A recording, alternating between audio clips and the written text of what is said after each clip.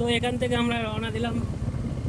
আজকের মতো আমাদের এখানেই শেষ হলো, অনেক ভিড় ভাট্টা হয়ে গেছিলো। ঠিক আছে, চলে যাবি নাকি? তুই তো বলছিস, আমি কই বললাম, তুই বলছিস তো। তুই তো বললি যে 3 হচ্ছে চ। 4:30 বেজে গেছে, চল। আর না, অনেক হয়ে গেছে ঘোরা দ্বিতীয়র মতো, সব শেষ ভাই। রাস্তাটা এত সুন্দর লাগছে না, মানে দেখার মতো ভাই। এখানে মানে দারুণ দারুণ, অসাধারণ লাগছে। দুনিয়ার জীবনে দেখার মতো কিছু পেলাম ভাই। মানে রাইডিং এই ফার্স্ট এত সুন্দর জায়গায় এসে আমরা দেখতে পেয়েছি।